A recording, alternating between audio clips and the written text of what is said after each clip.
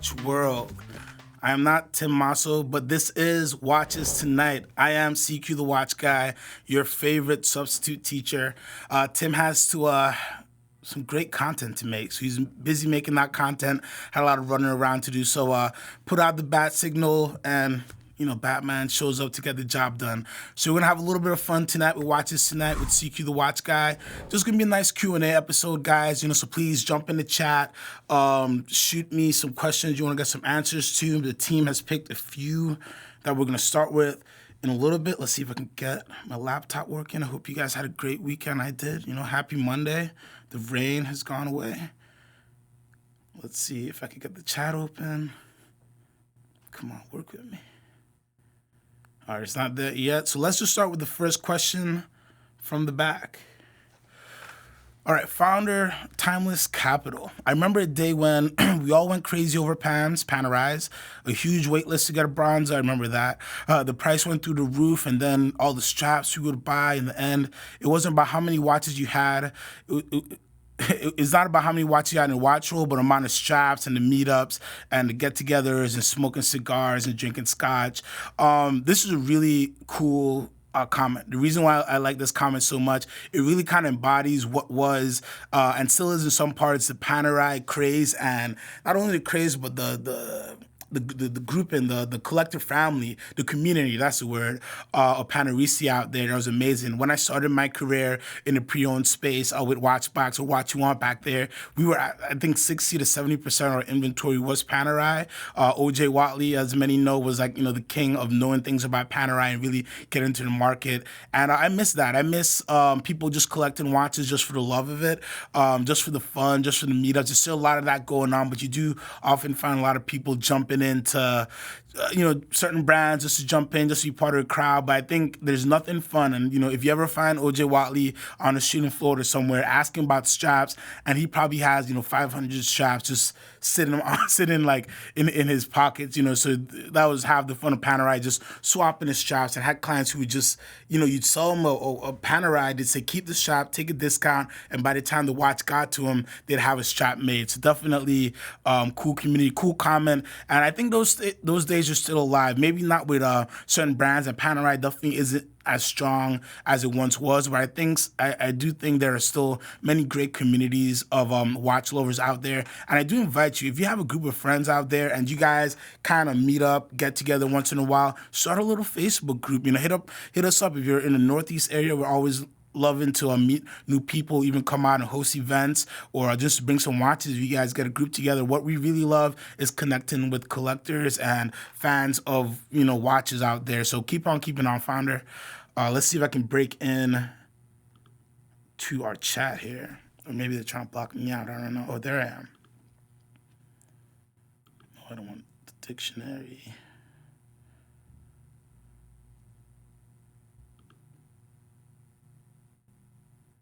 All right, so while the internet's loading there, let's get the next question from the back.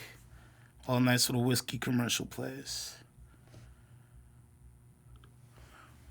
All right, next year's Rolex prediction for Baselworld 2020. The rumors are the new sub. That is a rumor. Rumor is new sub with updated movement. I personally think that we're going to see something in the GMT case with Oyster bracelet. Right now, there's no form of a GMT. That's not like a precious metal crazy thing on an Oyster bracelet. So I do anticipate either a black GMT on an Oyster, or I really think they might do a Coke on an Oyster. I would love to see a root bear on a Jubilee bezel, Jubilee bracelet, make that happen. That will probably be my next watch. I think they're going to do something with the Milgauss that they teased last year, but they never came out with anything. I do think we see a change up there. But right now, it's Rolex's game, right? If you're it's like there's no other business out there. It's like being in the water business, right? Where you could do whatever you want. People are going to drink it and people are going to love it because the people are thirsty. So I'm really excited for whatever Rolex comes out with. I do hope whatever they do come out with, they up the production on it so people can actually get their hands on it. And I think, I hope that they come out with a few different references to give everything else a little bit of a balance as well. So that's my answer to that question. Let's get into the chat. Hello, everybody. Let's see. Horology Homies, like that name's cool. Zuri, what's up? Flippin' Zippo, good one. See a lot of guys in here. Five Tape said I should flip my glasses upside down. I don't think these would sit right upside down, and they're not as cool as Tim's glasses. And to be honest, if anybody puts glasses upside down on their head anywhere on YouTube, forget the watch space. They're copying Tim Moser, and that's copyright infringement. I hope you got. Did we get that trademark, Harrison? You got to trademark the glasses. Come on, you got to work on that. All right, let's see. Ooh, good question. OCM 506. What's your unachievable Grail watch? Oof, that's a very, very good question. Let's say unachievable now because I do believe one day I'll be able to achieve anything. That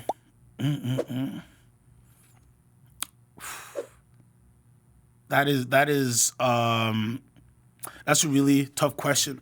To me, my Grail watch, from day one, to be honest, was 5960R, black dial, rose gold annual calendar. Not super unachievable. It is, $60,000 plus. So I'm gonna have to work really hard and save my pennies to get it. But I think to me, that's still Grail watch where if I had just that watch, if I had to one day trade in everything and just get that watch, I would love it. I'd be able to wear it every day. It's a great wrist presence. It's a really nice complication. And you have a chronograph on there. But if you look it up, 5960R, very easy to read, very well laid out watch. That's still my Grail. If you go to like super unachievable Grails, let's talk Gruber 4C Sapphire, whatever they have in a Sapphire case.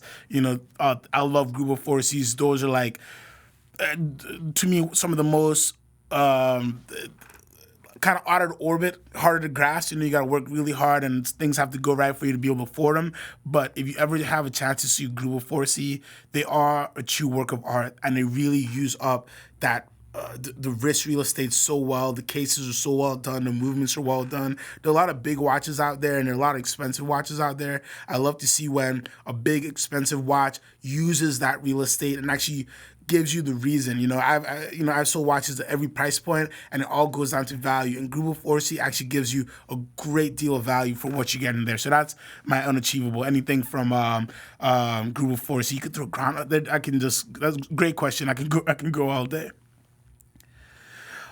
Tin Moser, so that's not the real one. What am I hoping to see with the long sports watch release? I have such a blank expectation for this. I just want this to be a really well done watch that looks good and people want to wear. That's really my only expectations, my only hope. I just want it to be something that's well thought out, something that it's long. So I'm hoping that. You guys saw the Bell and Ross round I did. I know it's not going to be something that looks like a Nautilus. I'm hoping. I just don't know what to expect, but I know that they're going to do something really nice. I just hope that it's something that looks good, something that people can actually access, and something that's unique, something that's different. Because we don't need a sports watch from A-Long. Nobody is out there asking really for a sports watch from them. So for them to jump into this arena, I really hope that it's something worth the while, and they don't build up all this anticipation to make something that looks like another brand out there. Again, it's A-Long. There's somebody there who knows what's going on. So I'm fingers crossed, with no real expectations. I'm really trying to kind of have a blank slate for them and just like be surprised just like everybody else when it comes out. Another great question there. Let's see. David Slavin, thoughts on the large blue Santos? Love it. Get it. It's a great watch. The dial is gorgeous. Easy change on the bracelet is amazing. If you're just looking for a nice, fun watch, if you're looking to give somebody a nice, unique watch that they wear all the time, once they can pull it off wrist size wise, that Santos is actually a really, really great watch. And Cartier is something you got to keep your eyes out. But I definitely take that Santos all day. Let's see if we get anything else good from the chat. Thank you guys for the questions. Edward Ledin, good to see you. Ooh, platinum Coke on an oyster. That'd be interesting. That'd be a hot watch, honestly. I don't know if they do that one in platinum, maybe white gold, but that would be like a super heavy, super hot watch if Rolex did it. Marcio Monique, probably saying that wrong. What is your opinion on Daytona two-tone feature pricing?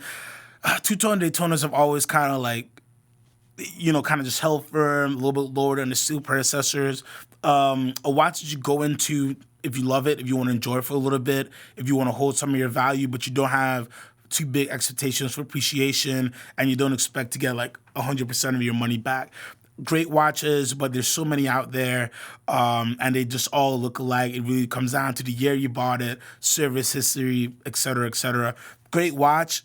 I just don't see them ever like exploding off the market. Two-tone is still one of those things where not everybody likes two-tone. And, when I first started in industry, I never really understood that because I love everything, right? But there are a lot of people who really dislike two-tone and want either steel or either precious metal, and that's what happens to most two-tone watches, and the two-tone Daytona falls squarely in that because most people who have a little bit of gold on their watch want something a little more dressier. I don't know. It's still a great watch, but not something that I would have my value hat when I buy it beyond just kind of retaining a little bit of the value there. Great question. Let's see. Oh, and just for a wrist shot, let's see if I can get it. Carl F. Bucherer, Petravi, Travel Tech GMT, Blue Dial on again. I love this watch. This might be a keeper. Let's see what else. Oh, did the show go off, guys? Huh? Oh, I think we're back now. So we had a little interruption there. As much as they try to keep me off, CQ is always there. Let's get our next question from the back while all the questions roll back up, guys. We're still on live there. The bubble exists because people like you don't think outside the box. Someone asks for an everyday watch and answers a sub. Don't get me wrong, Submariner is a great watch, but there are better, more complete watches for everyday wear, in my opinion. I think this was in response to one of the Q&A questions on the series on the Rolex bubble, why Rolex is so strong. It's really, this from Rodrigo, this is actually a really good point. There are a lot of people out there, when you ask them what's a very good watch, Rolex is the first thing that comes to mind. One, because you gotta admit, Rolex is a nice, strong watch. But it's a great point in that you gotta be willing to branch out there. Look at this, Carl F. Bucherer. Nice, sporty watch, really good in-house movement, really nice bracelet, something unique you don't see every day. And most people honestly don't even know what Carl F. Bucherer is. If you told them that Rolex actually started in a Bucherer store, they'd think you're crazy. But a lot of people don't do their research. So I definitely invite people out there to, if you're starting in your watch journey or if you're in a crossroads, you don't know where you want to end up, research. So many brands out there. Right now is probably one of the best times I've seen to get something that isn't a Rolex or Patek and try to get really crazy value. If you're talking JLC, A-Long, any of the other players out there who aren't like the, Patek and Rolex. Right now, the market is so speculative.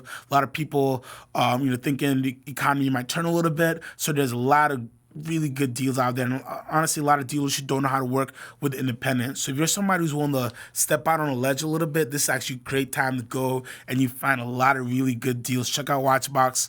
We have so much variety in our watches right now as well. Great time to pick up the value brands. And great comment as well. You don't always have to stick to the Rolex. So many brands out there. Enjoy yourself. But if you like the sub, get the sub. Don't let anybody stop you from getting the sub in the same vein. All right, let's see if we got the chat. I'm going to have to refresh here.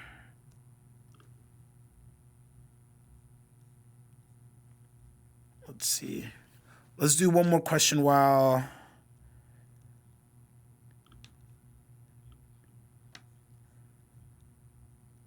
Oh, we got set up here.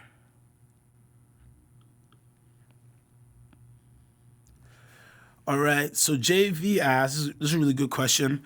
I want to know why a Sky-Dweller isn't twice MSRP and a Batman is twice MSRP. A Sky-Dweller is more complicated and better looking. JV, I couldn't agree with you anymore. The Sky-Dweller is the most complicated watch that Rolex makes at the moment. A lot of people don't know that. You'd be amazed how many people we sell Sky-Dwellers to, and then they call us back, and they have no idea what's going on. They don't know how to set the watch. They don't know what's working. And it's a very fun conversation because then you get to tell them about the annual calendar indicator and everything. And they're like, oh my God, it's such an amazing watch. So it's a beautiful watch. Rolex, they don't push the fact that it's super complicated. It is out there, but I guess you could say it's just not really talked about that much, especially because the biggest reason would have to be that they were first introduced in precious metals. So the price point was so high, many people didn't dig in that much into it. And then when the steel ones came in, a lot of people were just like, oh, this is, like a bigger date just, or like they didn't really dig into what it is. The Sky-Dweller should be the one that's the most overpriced, if any, just because of the complication. But keep that our little secret. I think again, it's a great time to get watches that everybody else is looking left. This is when you got to start looking right. Zig when everybody's zagging, and you can get a great deal on like a Sky-Dweller, like a two-tone Sky-Dweller. You can get all day, even stainless steel. Once it's not a blue dial, you're not really getting beaten over the head anymore. And honestly, it's a great watch because it's super complicated, very unique complication, very unique how you do it, which I enjoy unique ways to set watches and how watches function. So I really love that from a brand like Rolex. I would hope that, next few years you get something else cool like the Sky-Dweller. We can only hope. But good question, JV, and go Sky-Dwellers. Let's see. All right, now the chat's working. Hey, Matthew. Hi and rising. How you doing, Ben? Ben, I do agree with you. Sort of. The Sky-Dweller is, some would say, too complicated for most people to deal with. Once you just do it once or twice, is honestly one of the easier watches because everything's with the bezel, and it's super easy. You're not gonna overset it. You're not, once you play with it once or twice, or somebody shows you how to really set it really quickly, it's honestly a very easy watch to set. You just gotta play with it. You gotta have a little bit. You gotta have a little bit of fun. Is Tim going to law school? I don't know, but if he did go to law school, he would be my lawyer because anything that man puts his mind to is getting done, and it's getting done well. Let's see, any other cool questions here? See, guys, you said I need a question assistant. I'm going to get that. I'm going to put that in the budget. And when CQ comes back for the end of 2019, I'm going to have a little questions assistant. Actually, Alex Lazarus, if he's watching this, should have been here right now, but he's a little too shy to get on. So I'm going to drag him out, and we're going to have some fun. We're going to have some fun with the Rambo Last Blood watch. This is not the Rambo Last Blood watch. That would be the Richard Mille for Sylvester Stallone with all the survival gear on it. That's what Rambo would wear. Let's see. Let's throw another question up if you have any there in the back until another one pops up.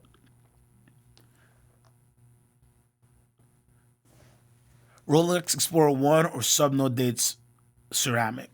That's a tough choice. Let's just be honest. Sub-No Dates ceramic. I love it. You could do anything with it. It's a great watch. I enjoy that watch so much. Rolex Explorer 1 is very, very nice as well. Clean, classy. I think you could just do a little bit more with the sub. And if you said, I'm handcuffed to that watch for like 2-3 years, I'd rather be handcuffed to a Sub-No Date than a Rolex Explorer 1. Again, my wrist size and everything, I enjoyed a little bit more. But, which one you like, go for it. But I say Sub-No Date ceramic all day. I'm really loving that watch. Marcus has one. Hey, CQ, what's your pick? The Octafinissimo Tourbillon or GMT chronograph? Two really, really cool watches. I go Tourbillon just because that Tourbillon is so cool. I'm a big fan of Tourbillon. I had one on the other day, and the way it fits is really good. And even the ones that aren't on the bracelet are really, really nice as well. So I go Octafinissimo on that. Let's see, a lot of people saying Explorer 1, which is a great choice. Limping, I'm wearing a Carl F. Bucherer Travel Tech with the wrist shot. Carl F. Bucherer Travel Tech GMT. Let's see if we can get it. Ooh. And you can just see that beautiful blue dial right there. Gorgeous, I love it. Ability to triple time zone watch. Still very easy to read. Very beautiful dial. Little window right there. So you can see the GMT mechanism too, which is really nice, little sapphire. But again, this is the tank. I think we have this posted somewhere like $69.50 under. Retail right around $11,000. Really nice, well done bracelet, which I like about this as well. A lot of brands go cheap on the bracelet, and I hate that. I want somebody who really thinks about their bracelet. Carl F. Bucherer does that very, very well. And a brand that, again, is so under the radar, not a lot of people know. And I don't know, I've been a fan of them since 2000 and 2013, when Ron Stahl, who was I think the director of North America for them, was in charge. And this is another great example of the people behind the brand pushing the brand. Because Ron Stahl came down to St. Thomas and taught us about Call of Bucherer, and all we were worried about selling was Paddock, Jaeger, Breitling, Omega, all the usual suspects. And he was there, and he really pounded Call of Booker into us. I think at that time they had like free service in North America. They might still have it, but so many things. And he really like opened my eyes and like the eyes of many of people down there to the brand. And I think that's so important. It's the people behind your brand who push it. And Ron Stoll's a great guy, owns Stahl Company in Dayton, Ohio, who's one of the biggest watch repair centers in the U.S. as well. So good people behind good brands do it every time. Call of Bucher, definitely a brand you guys should check out. Let's go. Let's keep the questions coming. We still got some time. Toti Sanchez, is stainless Moser worth the price of admission? Yes. I think Moser right now is a brand that it's a unique position where you're seeing a lot of them pre-owned at very, very great pricing. They're the most comfy watches you ever put on, right up there with Parmigiani, which has some of the comfiest cases out there on the wrist. It's all about that golden ratio curve, baby. And I think Moser just does really, really great watches. I think you got to get in there at the right price point or be willing to wait if you're thinking about exiting in the future. But if you see a Moser that you like, get it. Shout out Chris. One of my guys just picked up a beautiful Fume dial that was excellent. The perpetual calendars are beautiful as well. I think that's a brand that's fun. You get a really good movement. You get really nice, well-done watches. Not everybody's going to know what it is, but like you're collecting for you. You're not collecting for the people, right? As I should say. If you're going to collect for the people, Rolex all day, you know the number. Give us a call. Great question there. Let's see. Who else we got? Slayer Rock Forever, nice Invicta homage. That's funny. You guys knock Invicta. Invicta is my first watch was Invicta. My first watch was a Super Russian Diver Invicta that was gifted to me by one of my managers. I was down there without a watch in the islands, and he gave me a nice Super Russian Diver. And you know what? I love that watch. And I sold a lot of big watches wearing that Invicta, and it was one of the gateways to actually me wearing a watch. I used to wear a watch when I was much younger, and I didn't really wear one like when I was in college and things, and that Super Russian Diver got me into watches and wearing watches again. So, we can all knock Invicta. I knock Invicta all day, but we gotta admit it's a great entryway for a lot of people to get into watches and, have fun. And like, if anything else, who doesn't want to go and get a big, old, like Pelican style Invicta watch case just to put your good stuff in, right? BS, Chopard LUC is definitely undervalued pre-owned, 100%. Chopard is, to me, one of the most undervalued brands, period. It is a all-family-owned brand. LUC Chopard movements are beautiful, well done, and pre-owned, you can get them for whatever. They're not super expensive, and they're great watches. Again, it's just a fact of just a Bulgari until like the past 5-6 years, or so many other brands like Chopard sells jewelry. It's a jewelry brand, so people try to discount their watches. But if you tell me you've never picked up a Chopard Milmilgia, you know how to say it, one of those, and not really enjoyed that watch, you're lying to me. And if you haven't picked up some of the LUC pieces, please do. Really great movement design, and a brand who's really putting money into making great things coming out. Not to mention they're doing the Fairmine Gold, and they're getting into more ethically sourced materials, which I think is really great because they don't have to. So I always like brands who are doing things not because they have to. Yeah, it's a little bit of a selling point, but not really that much. But it's good to show that they have a little bit of ethics with their money as well. Great question there, BS. Let's see. Keep it coming, guys.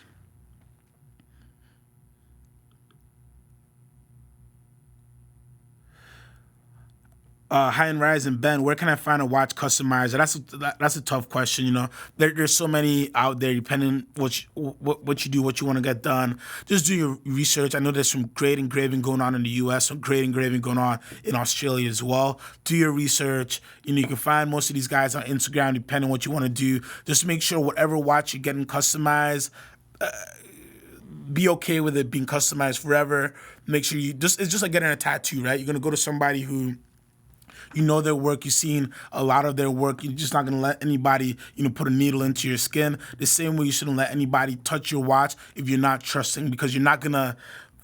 Odds are you're not gonna get that watch decustomized, right? It's gonna be the way it is, and most often than not, you're not gonna be able to sell that watch after. So you gotta be able to enjoy it. So trust who you're going to. Research. Most watch guys who customize pieces are very happy to answer questions from new clients, and if they're not, it's not the guy for you, right? Great question, Ben. Matthew, what's my thoughts on Chrono Swiss? Great brand. Again, pre-owned, very good buy. I think there's a nice Chrono Swiss. Chrono, I want to say it's a perpetual calendar that we got in the other day that was really nice, beautiful, well done. Not everybody knows it. Unique style. And I think Chrono Swiss at a right price is a great watch. Where they go in the future, who knows? But that could be said for so many other brands. But pre-owned, a lot of great watches to be bought out there. A lot of cool looking watches too. You never see. Jean-Claude Beaver, CQ thoughts on Glashite original Panamatic Lunar. Is it too thick? That's a tough question for me because I'm a bigger guy with a bigger wrist. I enjoy a thicker watch, and what I love so much about Glashite is that their watches are a little bit sizable, and you can wear them. The new Glashite CQ that's coming out, perfect size for me. So it's really, that depends on your wrist. If you think it's too thick, it's too thick. I think it's a good size. I think you should have some fun with it. I love that brand, so they really can't do much wrong in my eyes. Let's see. Geezer, where's Lena? Lena's in the office. She'll be back on the show soon. I think we do have another episode of Q&A. They're going to start recording those very, very soon. So feel free to go back to those old Q&A videos and put questions there if you want to see questions in future ones, or just drop them in the comments of this show or any other show and just say, hey, I would like this question to be on the Q&A, because we're kind of scouring like we did today to find questions to put out there. Bud the Stud, seeking thoughts on white gold Pepsi meteorite. Price going to stay where it's at or go down, up. But I love that watch. White gold Pepsi with the meteorite dial. I had the fortune of selling one of those to a very good client of mine who is enjoying it very, very much. I think those stay decently up because not too many were delivered. I think not too many of them were delivered. We talked to a lot of guys in the networks, and not many people received them. There's a few on the market. One, it looks great. When a watch looks great, that kind of fixes everything else for it. One, it looks great. Two, they didn't produce that many of them. I think the price isn't too crazy. I don't see it as $100,000 watch, but I think it's unique enough and the supply is limited enough where people still jump at it. And it's one of those things where you don't know if they keep producing it forever. That's one of those question mark models. I could see them easily just taking that out of the catalog without anybody really, really seeing that coming. So I think it stays decent. I don't think it goes up too crazy, but I think it stays steady. I don't see it going down anytime soon. Great question. Let's see. Joe Rocher, what's your thought on Ball Watch Company? Cool watches. I don't get to have as much fun with Ball as I like to be honest. Once in a while we get a cool one in. I like them. I can't sit here and spit out a couple models that are my favorites, but I think they're quality watches. The tritium gas is pretty awesome, the tritium gas tubes, and they're at the price point, you really can't go wrong. They're nice, solid bracelets, solid build, not delicate watches by any means at all. So you see a nice Ball, go for it, why not? Let's see here. Could Invicta be saved for OCM? I don't know if is Invicta in trouble. I'm not sure, to be honest with you. Last I heard, they were selling a bunch of watches. Frank, Andy, Rolex Yacht-Master 2 in steel. It's an awesome watch. Is that the question? It's a beautiful watch. I think in steel and two-tone, one of the best watches Rolex makes. And you just don't see them that often, to be honest with you. People keep them, people hold them. They're nice, unique watches if you like a big size. And again, another great use of the bezel for the yacht timer. Another kind of complicated watch where people don't nine times out of 10, I swear to you, go to your friend who has the Yacht-Master 2 or your friend who has a Sky-Dweller who's not like a super watch nerd and they do not know how to use that yacht timer. I'm telling you. Let's do a couple more before we go. Matt Forrester. Hello to you, sir. Thought that was a question, but I don't think so. Juan, has Breitling gained some market share in the last 2 years? I think Breitling has definitely woken up a little bit. I haven't been happy with everything they've released, but I am happy with the trajectory, the fact that they're releasing models, discontinuing some, and they're churning out a good pace. You know, the things that we're seeing are selling pretty well. I love the historic airline partnerships like the Pan Am and the Swiss Air and other ones that they're trying to do and or they are doing that are pretty cool.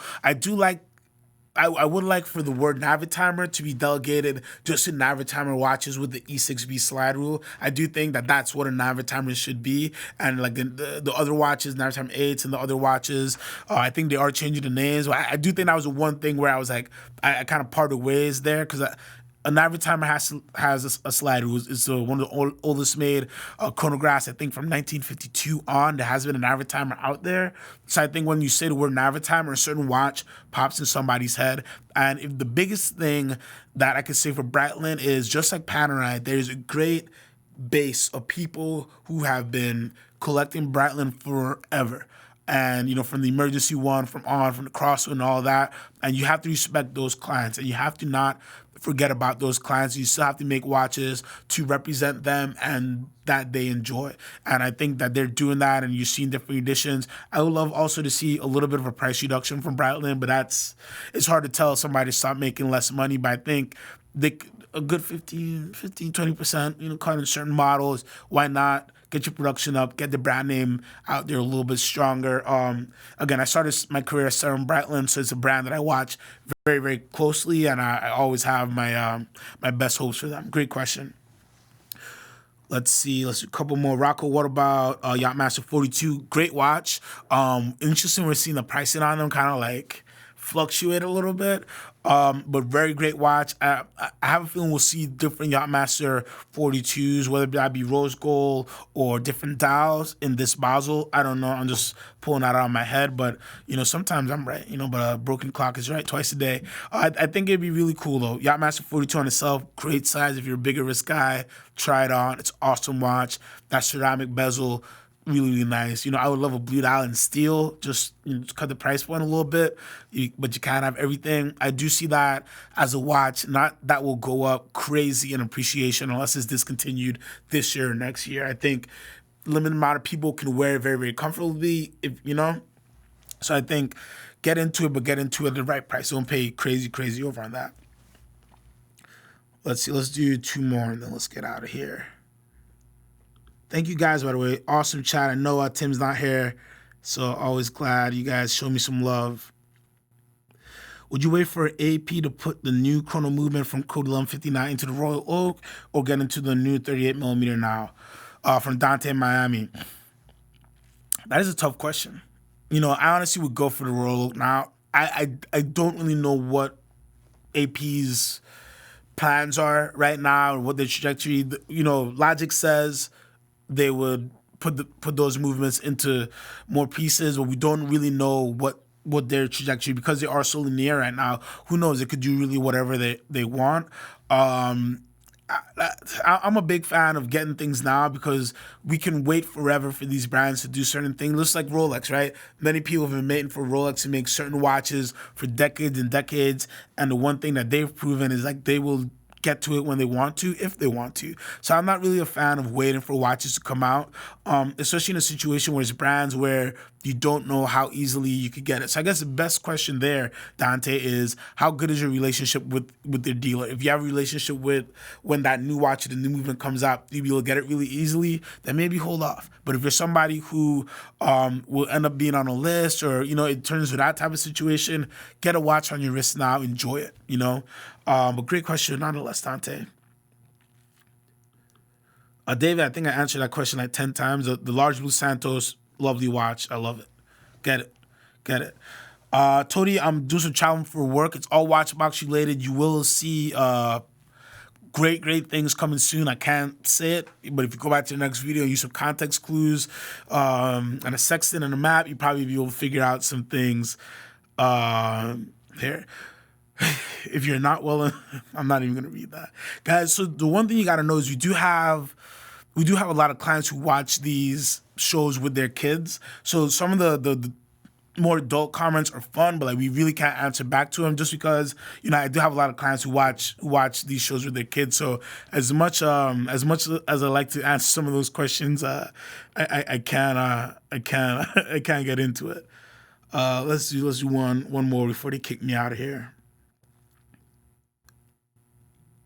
CQ from Maximilian 2224. CQ, any chance IWC drops the 150th anniversary in-house hand wine movement into the regular Portuguese chronograph? I hope so. IWC is one of those brands where after that 150th anniversary, beautiful presentation where they spread out the limited editions, made a bunch of references, made everything like quasi-available but still a little bit exclusive. Great year for them. After that, they've gone really quiet.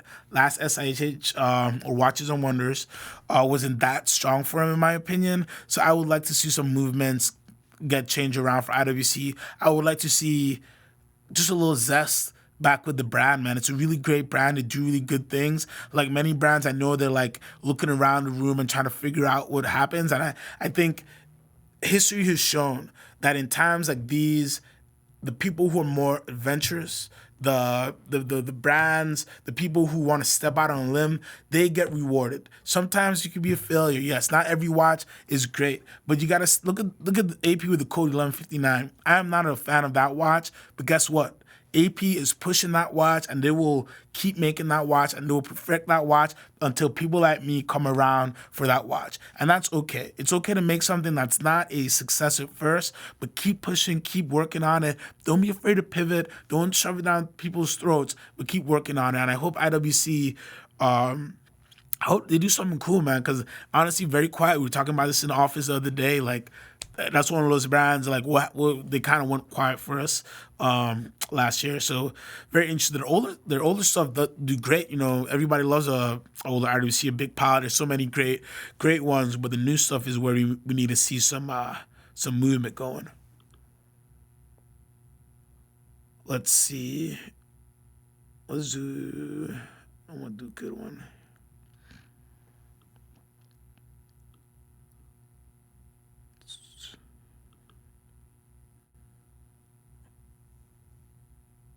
Better long-term watch, Batman, Oyster, or White Gold Day-Date 36 from MG? That is a very interesting question. So,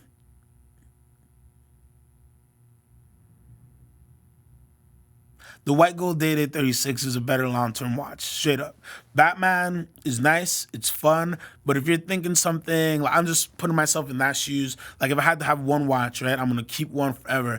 I could see so many scenarios where I'm wearing that White Gold Day-Date, enjoying life, even like until I'm like 75 and the bracelet's all floppy and I'm somewhere in Boca drinking a pina colada or something.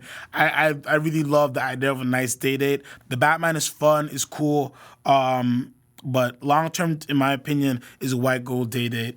Value-wise, you could think Batman, but take that hat off. We're just talking about watches that we'll enjoy for a little bit longer. I like the White Gold Day-Date. It's a classy piece. It's white gold too, so not everybody knows what's going on there. I think that's a keeper.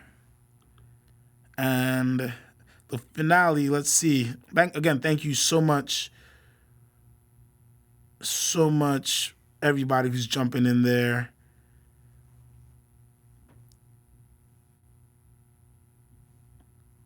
Oh, I see Paul Thurp in there. Good video, sir. Let's see. All right, boom. Last question for Charjanto 1996. Do you think Omega will release Snoopy Speedmaster next year for 50th anniversary? I hope so. And this time, I will buy it. I'll put my money down, and I hold. Who knows? Last Snoopy did really, really well for them.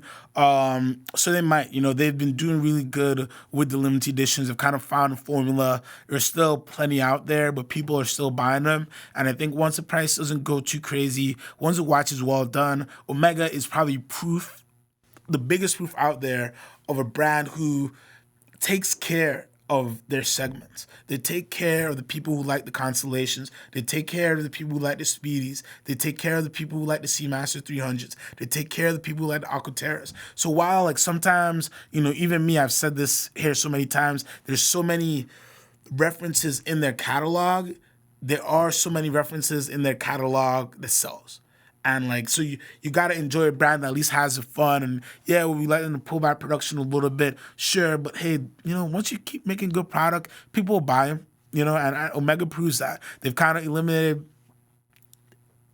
a decent bit of their slow movers. There's still a lot out there, but they do a very good job. And I really do think that if Snoopy Speedmaster comes out, I will be, the first in that line, and I'm willing to fight anybody I have to get me a Snoopy at retail. Yeah. All right, guys, I think that's going to be it for tonight's show. Thank you so much for tuning in to watch us tonight. Tim will probably be back, I think next week or maybe the week after. Feel free, hit me up on Instagram, CQ_the_watch_guy. You can give me a call at the number below, or give me an email, CQ@thewatchbox.com. Any of your questions, comments, you're looking to buy, sell, or trade, I'm your guy. Thanks again, chat, and thanks for watching. Buy what you love. CQ the Watch Guy. Have a great night.